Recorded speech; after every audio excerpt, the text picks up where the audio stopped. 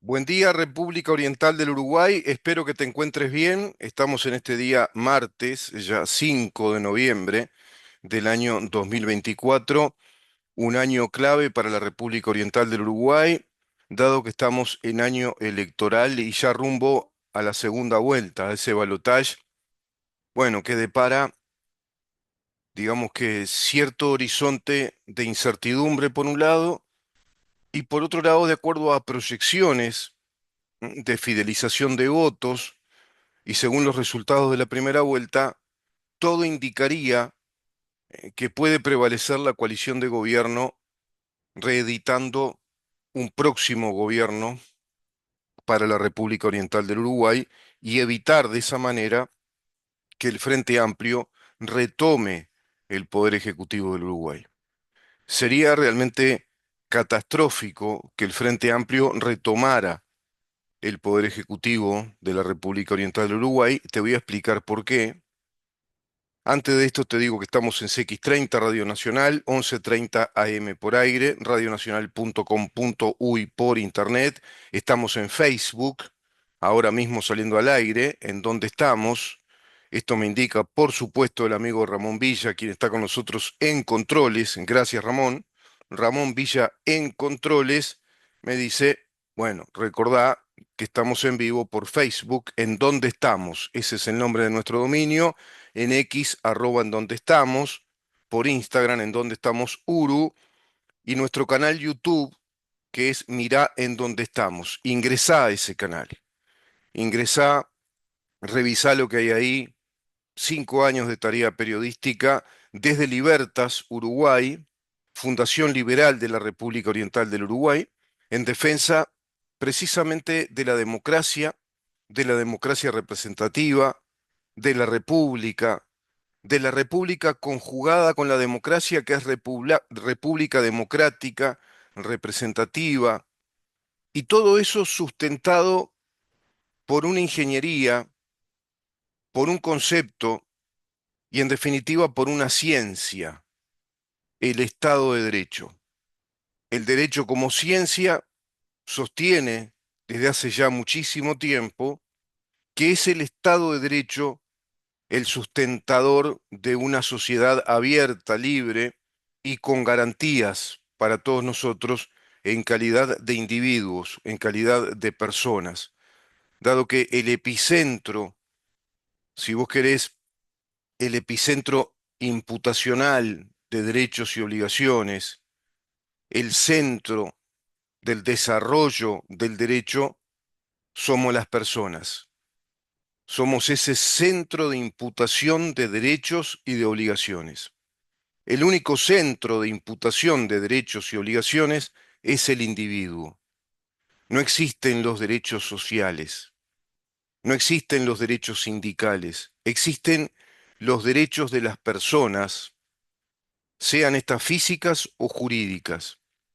Y existe el derecho sindical de las personas, existe el derecho laboral de las personas, existe el derecho económico de las personas, existe el derecho marital de las personas, existe el derecho del niño en calidad de personas, existen los derechos procesales de las personas, sean físicas o jurídicas, centro de imputación de derechos y obligaciones. Y respecto a las obligaciones, exactamente lo mismo. Existen obligaciones de las personas. Y nuestra constitución, como constitución democrática, republicana, de democracia representativa, como constitución de libertades, como constitución liberal, plantea que tenemos derechos subjetivos, universales, inviolables e indivisibles, por eso son universales. El derecho a ser protegidos a la vida, al honor, la libertad, la seguridad, el trabajo y la propiedad. Están los derechos del niño, también consagrados por la Constitución y leyes especiales como el Código que tenemos del niño. Acá, por ejemplo, tengo distintos códigos, el Código Civil, el Código Penal, Código de la Niñez y la Adolescencia, el Código General del Proceso. Todo obedece desde la Constitución de la República a la condición de personas. Digo esto porque formulo desde acá el mundo libre, el mundo que ha desarrollado la economía de mercado, la economía de competencias, modelos abiertos de economía de competencias, oferta y demanda, el sistema económico que está sustentado en el derecho universal de propiedad privada. Desde el derecho o desde el régimen jurídico de la propiedad privada, como un régimen universal, indivisible y base fundamental de la construcción del Estado, existen los modelos económicos del llamado capitalismo o la economía de mercado. La economía de mercado que obedece a la propiedad privada, a los emprendimientos privados y así al desarrollo de la innovación, es decir, el desarrollo de descubrimientos, de inventos, de creatividades que pueden ser patentados como propiedad de ese individuo o de ese grupo de individuos que lograron crear algo nuevo. Eso es la innovación. La creación hacia el mundo de algo nuevo que va a beneficiar la condición humana, que va a mejorar la calidad de vida. Ya el mundo no es el mismo desde que se innovó con el lavarropas, con el lavavajillas, con una licuadora, con una batidora, con las heladeras, hoy heladeras con freezers, el freezer, la calefacción a través del aire acondicionado, del converter, la computadora, el diseño de las personal computer, del PC, celulares, el diseño de la tecnología LED, el automóvil, etcétera. La vida humana ha cambiado sustantivamente a posteriori de cada una de esas tecnologías, de esas innovaciones que han costado muchísimo trabajo, que se han desarrollado muchas de ellas sobre el campo del ensayo y error, del riesgo de capital, de personas que lo arriesgaron todo en pos de ese sueño de innovar precisamente en ese aspecto para mejorar, digamos, ese contexto de la condición humana. Imagínense un mundo antes del lavarropas, antes del lavarropas centrifugador, de los secadores de ropa. Imagínate un mundo antes de la cocina combinada, eléctrica y a gas, por ejemplo. Imagínate un mundo antes de la televisión. Imagínate el mundo antes de la computadora, sobre todo para aquellos que son jóvenes, muy jóvenes, que ya nacieron con las computadoras y los celulares. Imagínate un mundo antes del automóvil. Todo eso obedece al mundo libre. Es desde la economía del capitalismo que se ha desarrollado, porque el ser humano, precisamente cobijado por el régimen de la propiedad privada, como un régimen jurídico incuestionable, universal, se lanzó a la creación personal, se lanzó a un proyecto, a un sueño personal de ser un creador, un emprendedor en determinados aspectos. Y así han nacido los empresarios. De ahí la palabra empresario, emprender, desarrollar un proyecto, sustentarlo, hacerlo sustentable, sostenerlo en el tiempo en cuanto a la calidad de productividad, en cuanto al margen de las ganancias, convirtiéndose en una fuente indispensable de trabajo, fuentes de trabajo. Todo eso hoy organizado desde enormes corrientes económicas que van desarrollando cadenas de producción, cadenas económicas de valor, desde el ámbito productivo, industrial, tecnológico y también cadenas de consumo, que es el resultado final de una sociedad robustecida económicamente desde el crecimiento del Producto Bruto Interno de cada país, desde el crecimiento de la productividad, sea desde la industrialización, la producción de materia prima, la producción de commodities, esos commodities también muchas veces convertidos en valor agregado, el valor agregado de la industrialización o manufactura de esa materia prima, la explotación de recursos naturales. Todo eso hace al mundo desarrollado, los países abiertos sobre el régimen de la propiedad privada. Te digo esto porque lo que acabo de formular es lo que pretendió y pretende aún derribar, violar el Frente Amplio. El Frente Amplio junto al PIT-CNT están embarcados en una revolución llamada socialismo del siglo XXI. Te voy a dar un informe de lo que significa eso, porque esas premisas del socialismo del siglo XXI precisamente atacan todo lo que acabo de decir.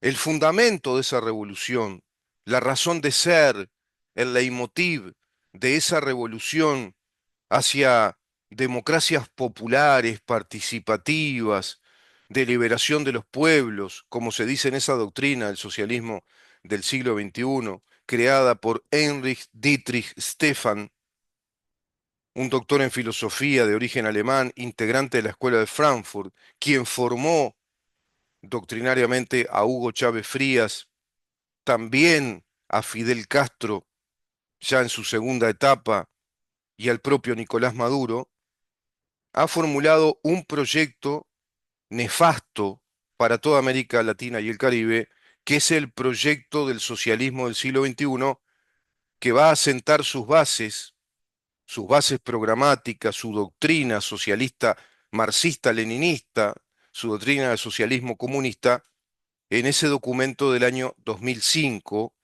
ya a posteriori del desarrollo del proceso revolucionario bolivariano en Venezuela a partir del año 1998, con una nueva constitución, también socialista revolucionaria, inspirada en el pensamiento doctrinario de Heinz Dietrich Stephan, quien a su vez había sido inspirado, por supuesto que por Carlos Marx, por Engels y por otros doctrinos rusos que inspiraron a Salvador Allende antes para desarrollar su revolución comunista en Chile, bajo aquel gobierno que fue desastroso, nefasto, sumamente empobrecedor, pretendiendo clonar el sistema cubano.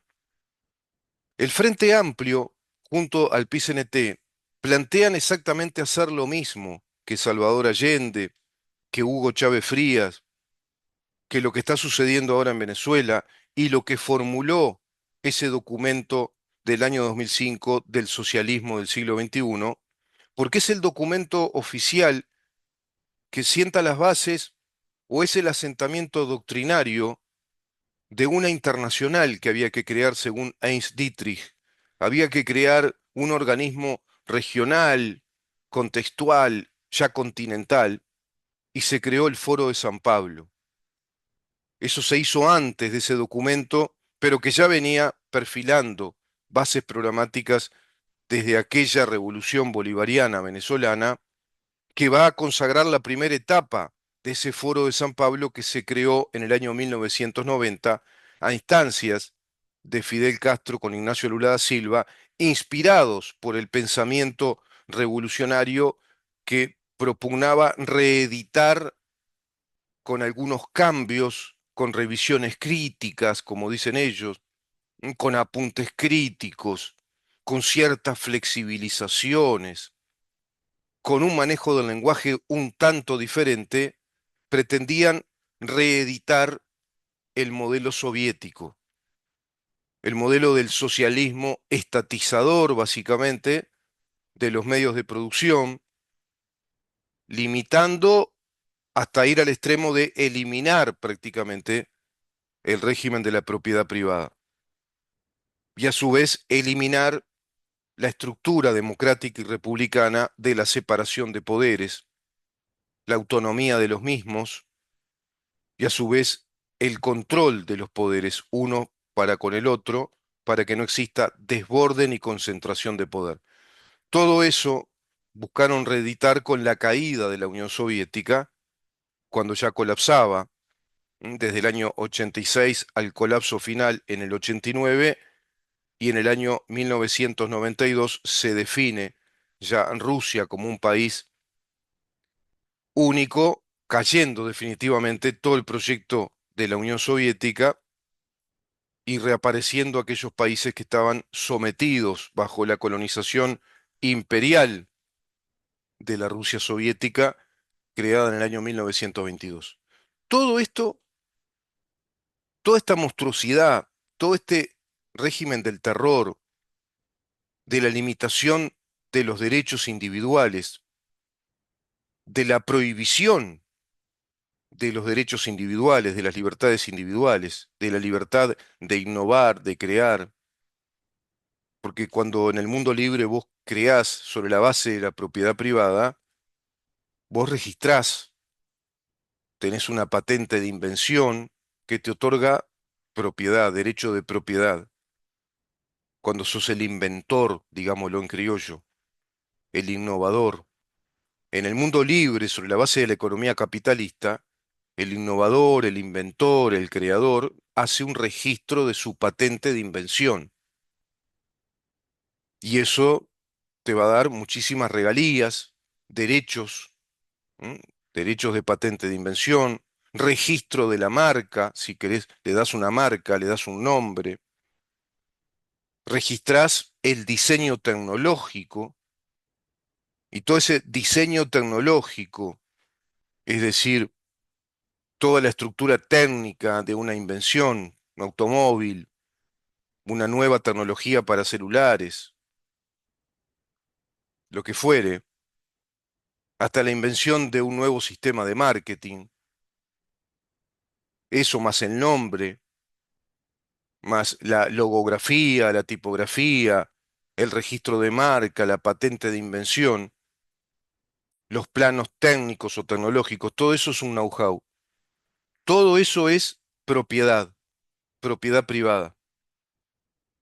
Prácticamente un intangible, aparentemente es intangible, pero ese intangible tiene nombres famosísimos a nivel mundial que son un registro de marca y son una propiedad.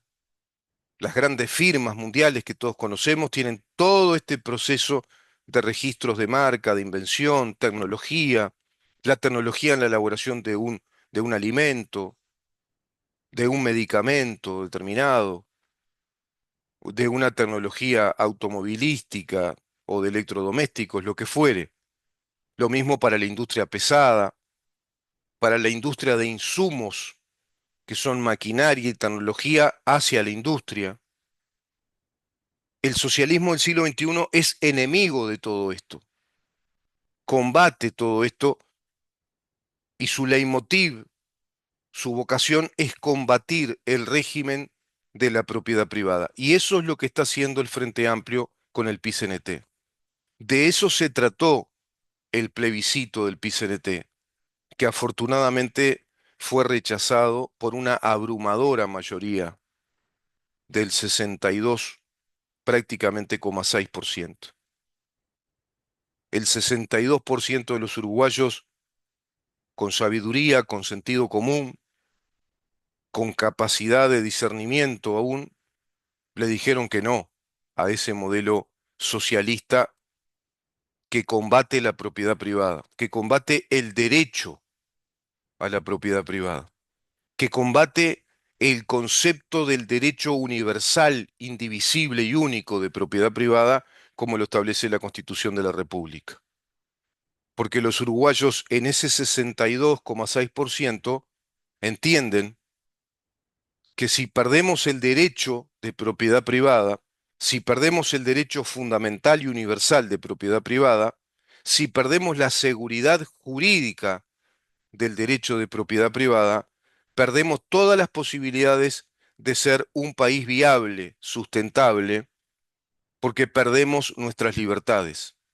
Si perdemos el derecho de propiedad privada, perdemos todas las libertades y perdemos la honorabilidad de nuestra vida, el derecho a ser libres, perdemos el derecho al trabajo, porque todo quedaría en manos de un gendarme superpoderoso, concentrador del poder político, del poder económico, es decir, de la toma de decisiones, de la planificación de la economía, como lo es el Estado. El Estado pasaría a ser nuestro empleador, nuestro patrón, nuestro monopólico patrón. El Estado obtendría el monopolio de los bienes de producción. ¿Qué es lo que buscan los socialistas? El socialismo comunista pretende que la propiedad privada de producción de bienes, la propiedad privada de producción de insumos, que la innovación y creatividad dejen de existir en lo privado para que se concentre en lo estatal. Eso plantea el socialismo del siglo XXI. Te voy a mostrar algunos aspectos porque son ampliamente coincidentes con las bases programáticas que el Frente Amplio está planteando, y por eso el que no sabe hablar se contradice porque no saben cómo ocultar este proyecto revolucionario en el que está embarcado el Frente Amplio con el PCNT, dado que ya cumplieron 15 años de gobierno y ahora vienen por todo, dado que también comprobaron que históricamente pueden perder el poder, ellos pensaban que no, perdieron el poder, vino esta coalición de gobierno como una disrupción, desarrolló un montón de actividades, desarrolló contextos de país que estaban destrozados. Este gobierno desarrolló emprendimientos, desarrolló infraestructura, desarrolló un modelo financiero equilibrado, desarrolló un modelo financiero de regla fiscal que nos permitió que bajáramos el proceso inflacionario a la mitad, que no incrementáramos déficit fiscal, que subiera la tasa de empleo, que estemos arriba de los 80, 90 mil puestos de trabajo, que todos los fondos de inversión se hayan desarrollado aún mucho más y plantea una reforma de la seguridad social que ahora permita que todos los uruguayos sean inversores, si así lo quieren, bajo la libre disposición de su voluntad, porque es optativo al inicio, una vez que optás ya es obligatorio, que todos los uruguayos que comienzan a trabajar puedan optar por el sistema de capitalización y ahorros hasta la mitad de los aportes obligatorios para el régimen de la seguridad social. Por un lado, el régimen jubilatorio y por otro lado, el régimen de retiro de la capitalización de los ahorros, generando eso una masa enorme de inversores que capitalizan, que integran propiedad privada desde este sistema de los ahorros capitalizables, es decir, que obtienen rentabilidad, que se reproducen, generando una enorme masa de inversores que fortalece al capital inicial, a la formación de un capital para invertirlo en esos fondos de inversión que son actividades económicas, actividades industriales, actividades fabriles, empresariales, actividades comerciales, actividades también financieras, que en el 85% deben desarrollarse en suelo uruguayo, en el Uruguay. Ha traído inversores, ha incrementado el Producto Bruto Interno, ha creado infraestructura, y evidentemente los uruguayos en la primera vuelta en un 48% le dijeron que sí a este gobierno. Y hay más, porque esas miniaturas políticas que no lograron banca y a través de un sistema tramposo que tiene el sistema electoral uruguayo, no sumaron a la coalición de gobierno cuando sabemos que perfectamente tres de esas fuerzas chicas políticas, que entre todas llegan a más del 1,8%, también sumarían a las filas de la coalición de gobierno.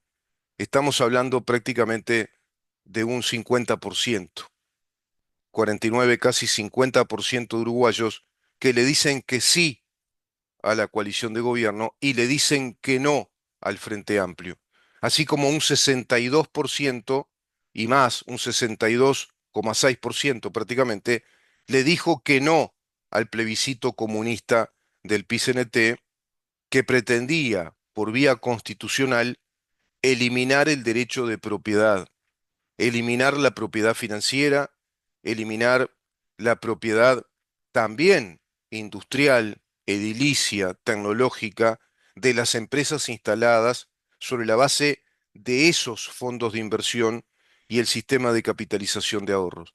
¿Por qué? Porque tirando abajo ese sistema de capitalización y ahorros, prácticamente le dan un golpe de gracia al sistema financiero y eso provocaría el efecto inevitable de una fuga de capitales financieros, se irían los bancos, las empresas financieras, y caería entonces el régimen económico, el modelo económico de la propiedad privada. Y eso habilitaría a que el Estado uruguayo se haga cargo de todas esas actividades, monopolizando la actividad financiera y a su vez también la actividad productiva respecto a los recursos naturales. ¿Qué podrían hacer las grandes empresas que acá se dedican a la producción y a su vez a la exportación de la soja, del trigo, del maíz, del sorgo, la producción cárnica, la producción láctea, la producción maderera?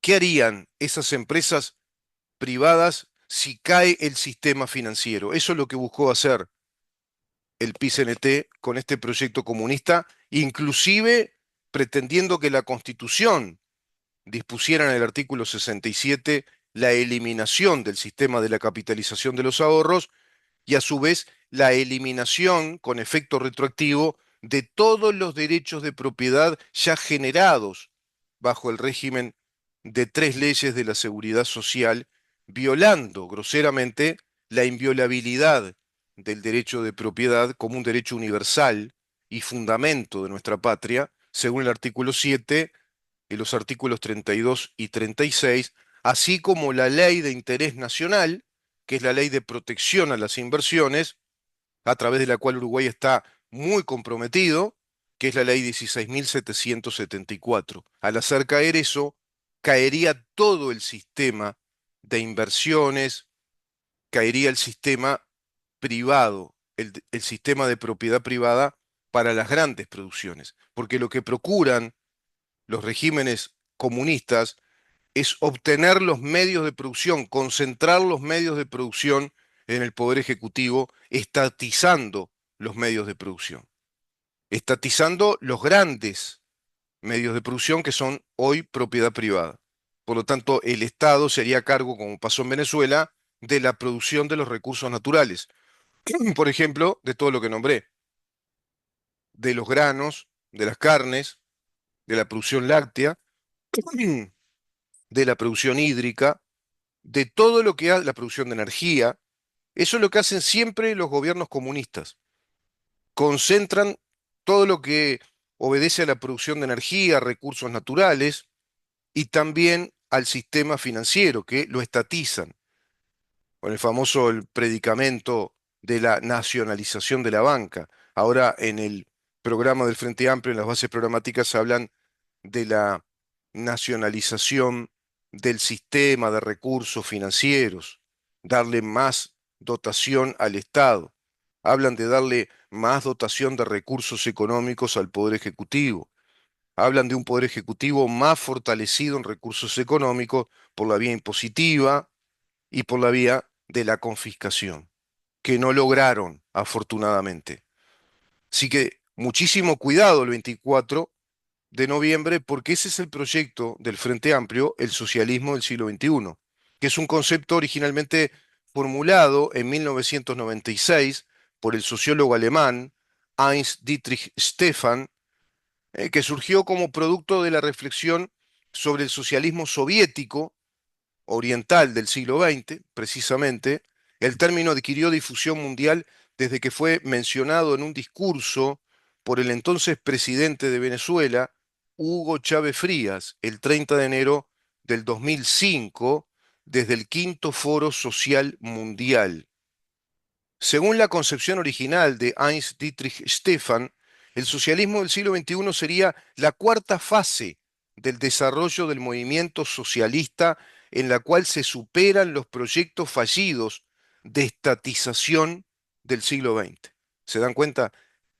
En este proceso está envuelto el Frente Amplio del PCNT, porque integra precisamente el Foro de San Pablo como una fuerza muy activa, generadora de doctrina también, a través de teóricos uruguayos, a través de José Mujica, a través de Sirio López Velasco, a través de Caetano, a través de muchísimos teóricos que integran el Frente Amplio y el Frente Amplio junto al PCNT como fuerzas políticas socialistas integradas al Foro de San Pablo, inclusive figuras que particularmente se integran como miembros activos, caso Fernando Pereira, Marcelo Abdala, Castillo, bueno, ni que hablar José Mujica y tantos, Carolina Cose, que fue incluso presidente de la Comisión Latinoamericana y del Caribe contra la violencia, la discriminación y la xenofobia, que es la creación de una institución también continental generada desde la CELAC, porque a su vez la CELAC ha sido creada por el Foro de San Pablo. ¿Qué plantea Heinz Dietrich? Plantea en su doctrina la creación, la necesidad de crear organismos continentales que internacionalicen esta fase del movimiento socialista a nivel internacional. De igual manera, él estableció que el socialismo del siglo XXI no depende en sí del tipo de propiedad que se establece, por lo que se sostiene bajo una economía mixta, pero relativiza muchísimo a la propiedad privada y la propiedad privada no la podés relativizar.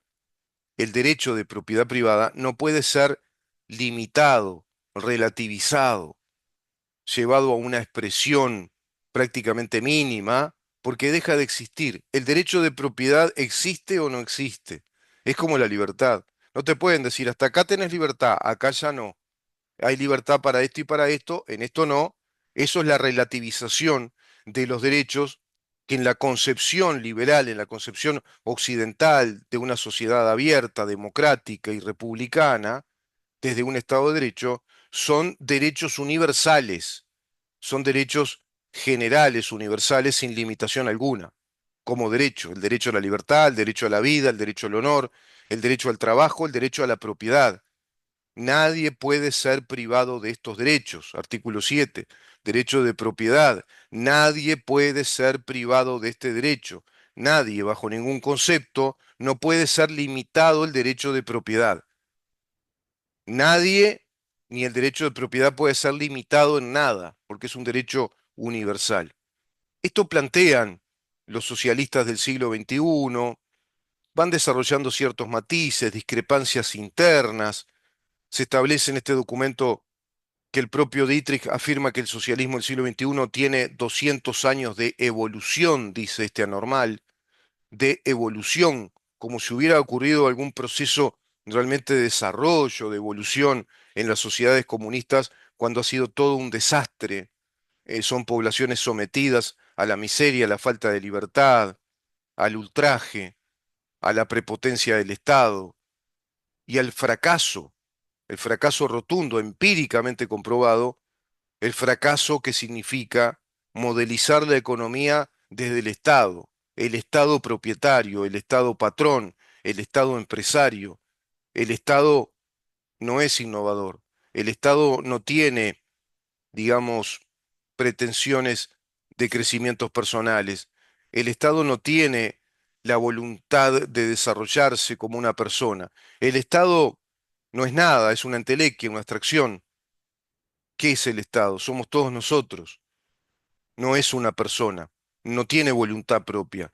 Es una maquinaria, una tecnología que estos enfermos comunistas siguen pensando que esa maquinaria, esa tecnología que está concebida para organizarnos socialmente, puede ser empresario, puede ser innovador, puede ser productor, empleador, puede ser todo, puede ser el patrón.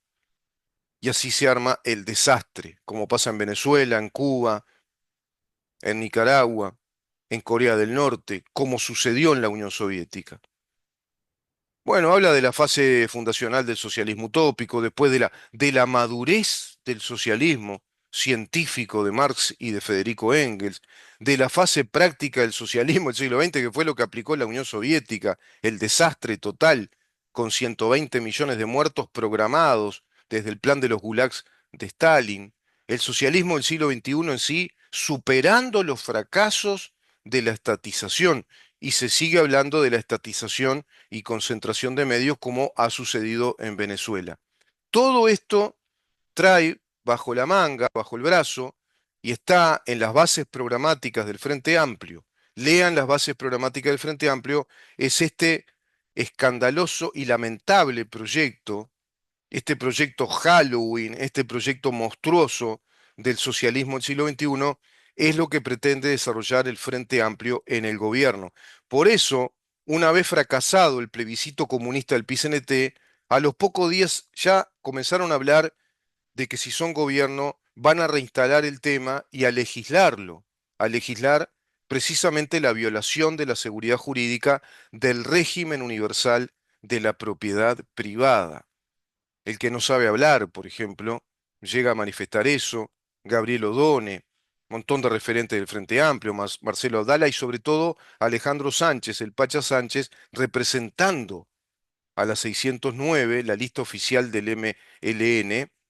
Todo el Frente Amplio en su conjunto está planteando que si es gobierno, va a comenzar por ese lado, porque tienen que tirar abajo el sistema financiero y fracturar gravemente el régimen jurídico universal de propiedad privada que formula nuestra Constitución. Vamos a una pausa, vamos a recibir al doctor Raúl Menéndez para hablar de él, de otro desastre, un fracaso institucional del Uruguay de estos últimos años, también a propuesta del Frente Amplio cuando fue gobierno, desarrollándose esta ideología de género que asume, absorbe para sí también el Foro de San Pablo, que asume para sí desde su modelo revolucionario, digo asume para sí porque es un modelo globalizado desde la Agenda 2030. Pero vamos a ver cómo pervierte al debido proceso y especialmente al principio de igualdad ante la ley y las garantías que nos da el principio de igualdad ante la ley, inclusive en materia procesal. Quédate ahí.